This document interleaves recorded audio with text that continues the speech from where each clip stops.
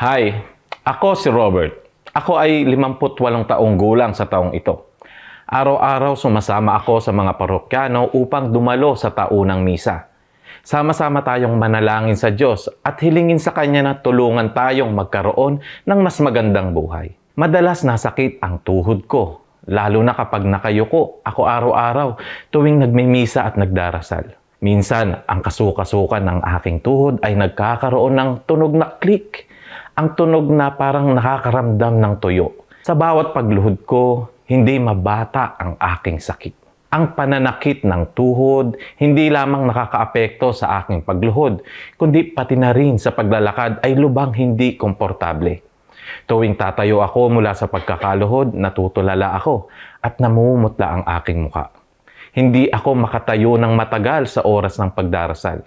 Ito ay kakilakilabot at nagkaroon ng malalim na epekto sa aking buhay. Nakagamit na rin ako ng ilang produkto kasama ang pag-eehersisyo, ngunit hindi pa rin nawawala ang sakit. Sa mahabang panahon, hindi ako nakaluhod at tumayo para manalangin sa Diyos. Naisip ko na nga na hindi na ako makakayuko at iyon ay kakilakilabot. Pinagpala ako ng Diyos. Amen. Sa kabutihang palad, nakilala ko ang Digosure Nut Milk. Noong una, hindi ako makapaniwala.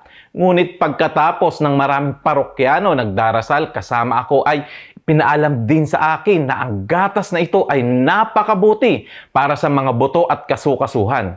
Lalo na sa mga kasukasuhan ng tuhod at naninigas na paa.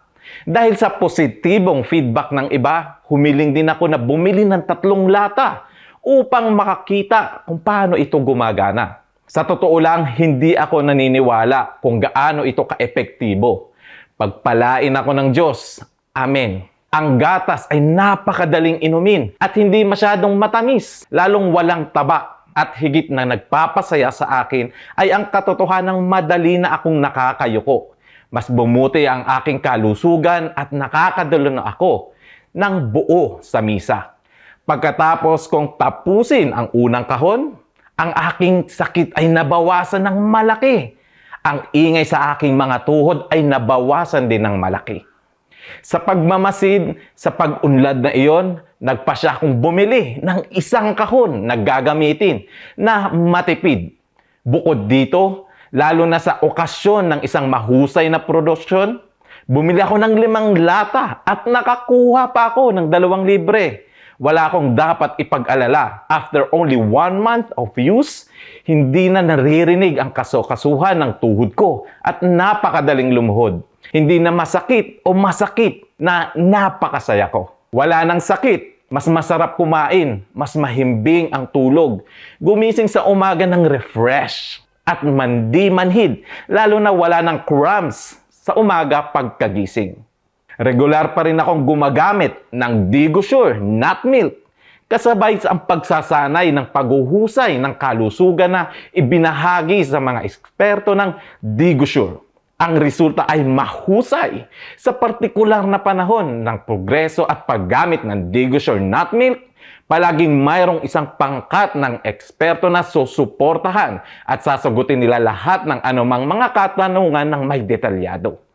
Minsan may mga promo. Lahat ng kaibigan ko ay tumatawag sa akin para umorder at makatipid. Napakaganda. Kahit gaano kakadami, hindi ka makakaramdam ng bigat, pagod o edema. Sa kabuuan, walang sapat na punuhin tungkol dito. Paborito ko talaga itong Digosure Nut Milk. Nawala ang lahat ng pananakit ng kasukasuhan ko after about a month. That's the reason why I chose this milk. Ito ay naiiba sa lahat ng mga linya ng gatas dahil ito ay inihanda mula sa natural na mani. Kaya ligtas nating magagamit ito nang hindi nababahala tungkol sa pagtaas ng timbang. Lalo na ang mga sangkap ng Digosure ay hindi nagiging sanhi ng mga epekto. Ang mga taong may sakit sa tiyan o iba pang sakit sa background ay maaaring makatiyak at makakakain. Ako, sarili ay gumagamit at malinaw nararamdaman ang epekto ng produkto sa aking buhay. Ibinabahagi ko ito sa mga parokyano at tumutugon din sila na ang gatas na ito ay napakasarap gamitin. Kaya mas pinagkakatiwalaan ko itong DigoSure Nut Milk. Pagpalain tayo ng Diyos. Amen. Sa mga nagkakaproblema sa pananakit ng kasukasuhan, lalo na sa pananakit ng tuhod, gamitin agad ang DigoSure Nut Milk. Hindi kayo mabibigo. Hayaan ang DigoSure na gawing mas madali para sa inyo ang manalangin araw-araw.